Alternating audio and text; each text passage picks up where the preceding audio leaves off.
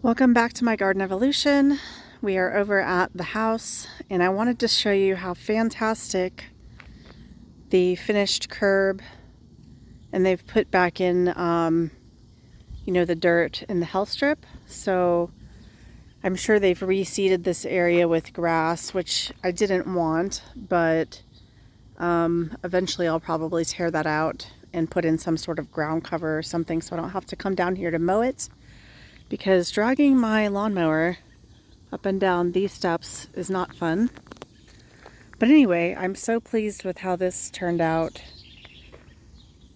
It's just gonna make such a huge improvement to the appearance of my house. Like, since we moved here in 2020, and I've always just kind of ignored this bottom, the health strip, because the curb was so broken and ugly that I felt like there wasn't any point in trying to improve that part of my garden and whatnot, because it would just not look good anyway, no matter what I did to it. So now it's fixed, and when I get back, I don't know, maybe I'll leave it grass, but I hate mowing it. So we'll see. But let's just walk around and look at what's looking pretty. You guys remember when I was anxiously waiting for these potato plants to come over the edge? I mean, wow, look at that. It's like my bottom terrace is a giant container garden.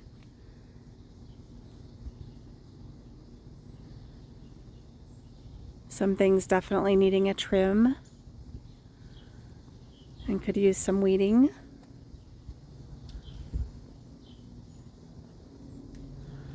I've said it over and over again, but a tree fell on my house, and I don't have any running water at this house right now. So I've just kind of been put in this position where I have to just kind of let the garden go for the rest of the year. Doesn't mean that I can't get in there and pull weeds and stuff. I should do that. But right now we're still working on moving our stuff out of this house and into the other house where we're living, as well as into storage. And I don't have time to garden right now. So unfortunately, this is what it's going to be looking like for probably the next few weeks at least. And then I'm going to try to get in here and start working on it on my days off and whatnot. But there's lots of beautiful things that are still happening. I mean, look at my black-eyed Susans are fully in bloom now. This yarrow that I had cut back is reblooming, looking beautiful. I think it's time to cut back this pink salvia and let that rebloom. We have some sedums that are looking pretty good, blooming in my little kind of sedum cactusy area. It looks like the people that were working on the sidewalks must have done that, but that's fine. So I have my vinca. This potato vine is starting to completely cover the, yeah, this is getting swamped. I had some little purple petunias in there, but they're just getting completely buried, and I got some weeds. Let's pull that out. So anyway, that's okay. I'm not a huge petunia person anyway. I really just kind of planted that to give it something to crawl over the edge. Oh no, this potato vine is covering my sedums as well. Might have to come back and thin this out a bit, or maybe even move some to the other house, because this is covering up a lot of my plants actually. Okay, let's see how that looks. That's better. Now they can get some sun. And the potato plant can go over the ledge like I wanted it to. Oh, that salvia is beautiful. More black-eyed Susans. This is euphorbia right here. I think it's called rainbow something. I just put that in there for a different pop of foliage color. Here's more of my yarrow starting to come back after it was cut. You know, if you saw my earlier videos, this had gotten about probably up to here, and then it started splaying out everywhere, just falling over sideways, so it didn't look very good. So I cut it down by probably at least half, and I knew that it would rebloom, so it is now reblooming. Looking gorgeous. I've showed you guys this oregano several times before, but I don't know, I had no idea, so I don't think most gardeners probably know this. If you just let your oregano go, so this is its second year. It didn't do this last year, it didn't even bloom last year. I just planted regular garden oregano. But if you just let it go, this is the plant by far that has the most pollinators on it in my garden. And I'm talking bees, flies, there's some sort of, there it is, a black winged bug. I don't know what that is. I don't think it's a wasp. It could be though. I'm not really sure. It's completely black and it has like these blue iridescent colors on its back. Anyway, this thing is just covered in pollinators and it has been for weeks. So if you want something that really draws in the pollinators, and I think it's pretty as well, it just kind of has this graceful arching shape to it. But this regular oregano, man, does it bring in a lot of pollinators. So that's definitely something that I'll be growing in the future. I'm going to be adding it in different parts of my garden. And yeah, really like that. But I'm so happy. I think this one got damaged when they were doing this road work in the curb, whatever, because they had pushed all the dirt like all the way from the health strip over here, and then they pushed it up against onto the sidewalk. So I think they just damaged that a little bit, but that's okay. Not a big deal. But I'm really loving the potato vine. I'm planning to redo that every year, so the potato vine will be coming back, and that's an annual. I don't do a lot of annuals, but I really liked how this turned out, so I will definitely be doing this again in future years. And I have it interplanted like with vinca.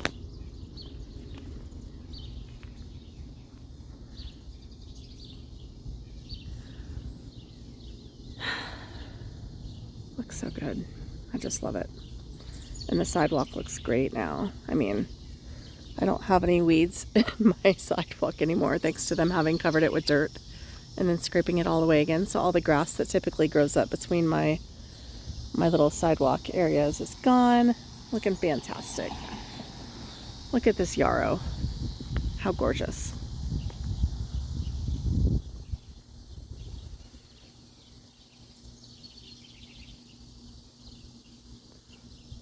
Now my second terrace is a mess, as I've discussed, but there are some pretty things in there. Lots of coneflowers, lots of cosmos. I have some verbascum, some artemisia. There's lots of iris up there, although it's starting to get buried in that grass. There's more salvias.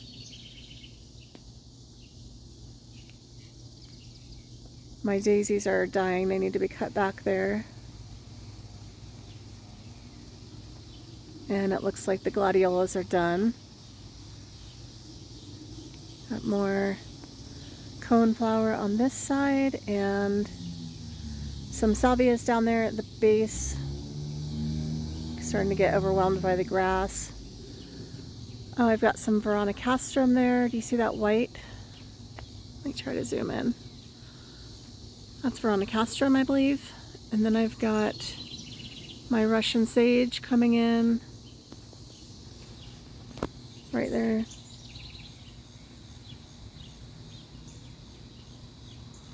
There's also some stuff up there that's not really,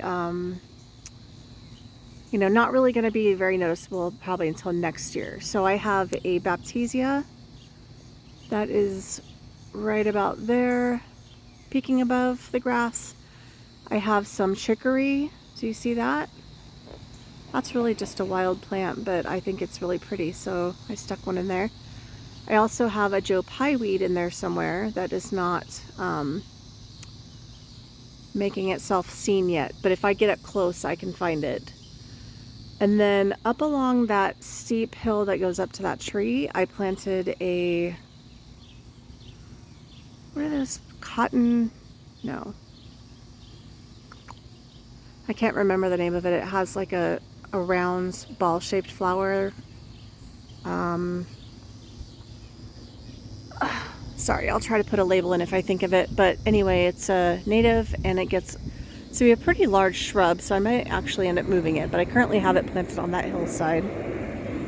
And then here's my 4 o'clock beds. And on my last video I said, oh, I'm not sure if they're gonna come over the edge like I was expecting them to, but now they're doing it. So this is what I thought they would do. I thought they would tip forward a little bit and drape over the side, and they are starting to do that, so I think that's really cool.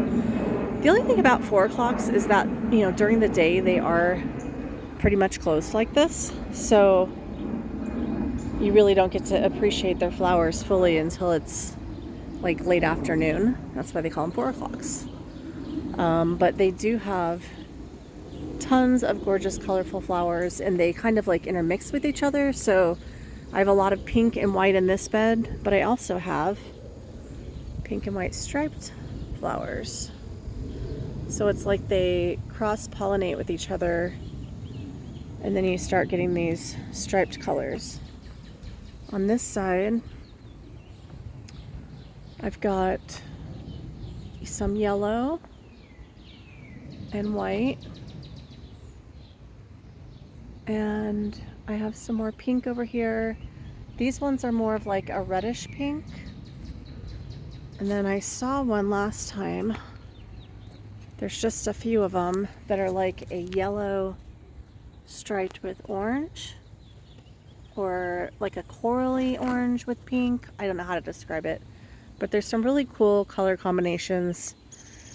And these will get fuller. This is the first year that they've been planted here, so this is literally how big they've gotten since I put those seeds down, which I think was like April. And next year they'll be even fuller and look really pretty. Now I will have to probably pick babies out because they will drop seeds down into these lower beds, but that's okay. Just pardon my weeds mess here. Okay, let's go up. My grapevine is growing out of control. I need to get in here and tie that back. And not as bad on this side, but yeah. This bed is starting to get really bad, needing some weeding, especially in this corner here. Getting very overgrown.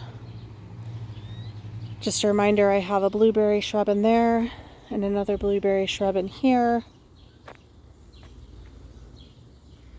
And then this is my shade garden of hostas, ferns, heucheras. What else do I have in here? I have some clematis. I have penstemon. This is a lemon lace elderberry, this kind of biggish one. And then this big bright one over here is a Aurelia Sun King, which dies completely back to the ground in the winter. You don't even know that it's there. And then it grows that big every year and just looks fantastic. Wouldn't mind adding more of that plant because it is such great color and it fills up a lot of space. But there's other things in here that, you know, I want to let them grow into their full potential as well. So this bed right here never did get remulched. So I am dealing with a lot of weed pressure. I should get in there and do something about that. This is the bed that's struggling the most. This is my hydrangea bed, which was hit pretty hard with the tree that came down across my house. I kind of walked through and went through that, so I don't necessarily need to do that again, but let me see if there's anything pretty that we can look at. I gotta finish this little walkway still. I was in the process of doing that before the tree fell. This is Little Blue Stem, which is a native grass in my area. It's a nice silvery blue color. I don't know what this is going to be, but it's going to have pink blooms. Yay, we're getting closer to figuring that out.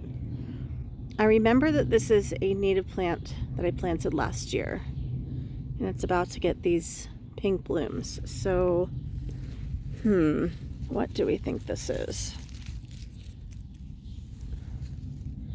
Does Obedient Plant get pink? I know it comes in white. I'm not sure about pink.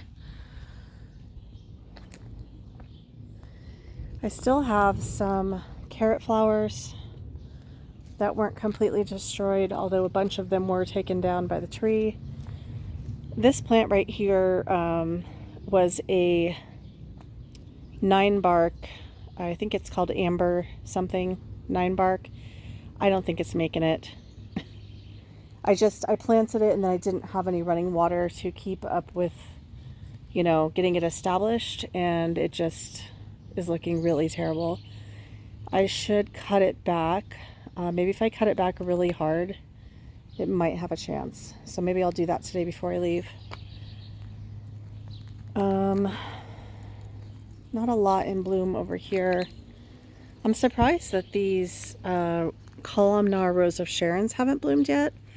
I don't remember exactly what month I bought these last year, but they were in full bloom when I bought them, and they bloomed all the way up until it started freezing. And I know that that was quite a long time, but I'm already concerned because I thought these were not supposed to be reseeding, and yet I think that's what these are. So this might be coming out, and I have another one down on that end. We'll see. I might have to replace that with something different because I'm not going to deal with that all the time. This is my only hydrangea that's really doing great. Didn't get hit by the tree. It's a strawberry vanilla panicle. This little corner, I have a bunch of different stuff. This rose is a Zephyrin Druin. It's not really blooming at the moment. Back over here, I have a, I can never remember the name of it. Golden Alexander, that's what that is. And then this kind of silvery bluish tree. Sorry, I don't remember the name of that. These are a native in my area. I think they're called Anemone virginica. And then these are some butterfly weed for the monarchs, and another blue stem grass.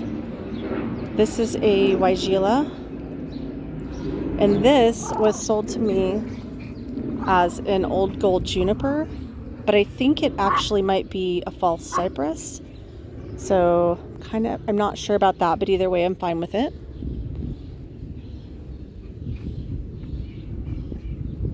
This is my little Bobo hydrangea. Still pretty small. So you'll notice that pretty much any hostas and hydrangeas along this lower level are pretty damaged. This one was spared, but like this hydrangea, this hosta, this hydrangea and hosta were both hit. This hydrangea and hosta were both hit by the tree. This hydrangea hit by the tree. I don't even think this one's making it. There was a what was it? Not Empress Wu. Summon Substance hosta was there, and that one got smashed. This is another hosta of some sort. This was my daughter's peach tree, which is still alive, but this very center leader got broken off by the falling tree. And so I think I'm just going to let it go anyway. But normally, you don't want to lose the leader on a tree. It just makes them not look great. This hydrangea and hosta were hit. This hydrangea right here was hit. This one was also hit. So a lot of these just got taken down in size. This right here is a butterfly magnolia. It did come up to about here. I want to say it was about 4.5 feet tall. It was just a little shorter than me. And now it's basically like regrowing back from the base. It's maybe 6 inches tall. And you can see its broken limb there. So I think I'm just going to let that grow back from the base and be like a multi-trunk tree. Then I've got this hydrangea was damaged. This hydrangea was damaged. This hosta looks okay. That's just a weed that I have to continually cut out because it always grows back between the rocks. I don't know what that is. Another hydrangea. This one looks okay. Not a lot of blooms on it, but this is a panicle style, so it's actually, you know, they don't bloom till a little bit later anyway. So this one's fine. And then this one was missed by the tree. This is one of my Invincible Spirit 2s. So they get like the pink blooms and then they fade to this kind of antique-y greenish pink. There's another Weigela right there that I planted that also I didn't have water to get it established properly, so that one's not doing so hot. All my hydrangeas that were on that back row, they are fine. It's just that they're really small. I just planted those this spring, but luckily those were all spared from getting damaged by the tree. So it's pretty much just these bottom row ones that got beat up pretty badly. But as I've said before, all of this stuff that is left, except for those couple dead shrubs that I showed you, should recover and should be fine next year. They're just going to be smaller than they would have been. This area is really starting to stress me and look overgrown. You can ignore these rocks. They're going to be moved to my my little pathway over there. But this area just looking very overgrown, and I feel like I can't even really properly get in here and mow because there's a lot of debris around from the house getting damaged, and they're about to start tearing it apart even more. So on the other side of this hedge, I have my tomato plants, which are kind of going wild. I'm not even here now to harvest them, but I will come by and pick some periodically.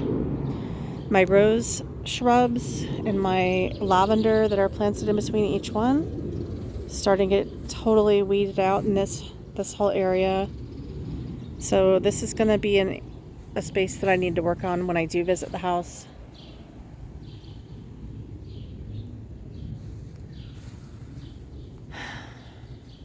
Lots of stuff over here not doing so hot.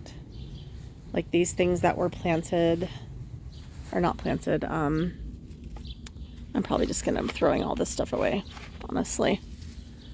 I just didn't get around to getting it in the ground before this happened, and now because of the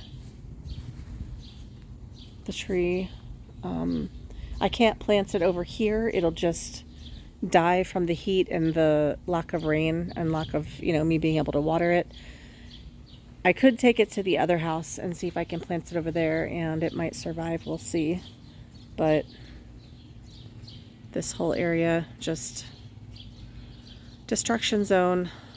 That's all that is. So I'm not even going to go back there. It's depressing. And then sometimes when I load these videos up, it makes the first image that you see is like the ugliest part of the entire tour. And I don't know how to control that.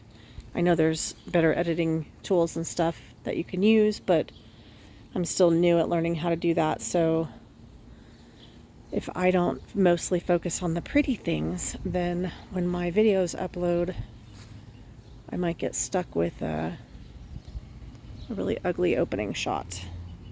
But hey, these elephant ears are looking great. Love those. All right, everybody, that's the update on the terrace house. Just loaded up a video of the rental house earlier, so you guys can kind of follow along on my journey over there if you would like. All right, I'll talk to you next time. Like and subscribe, please.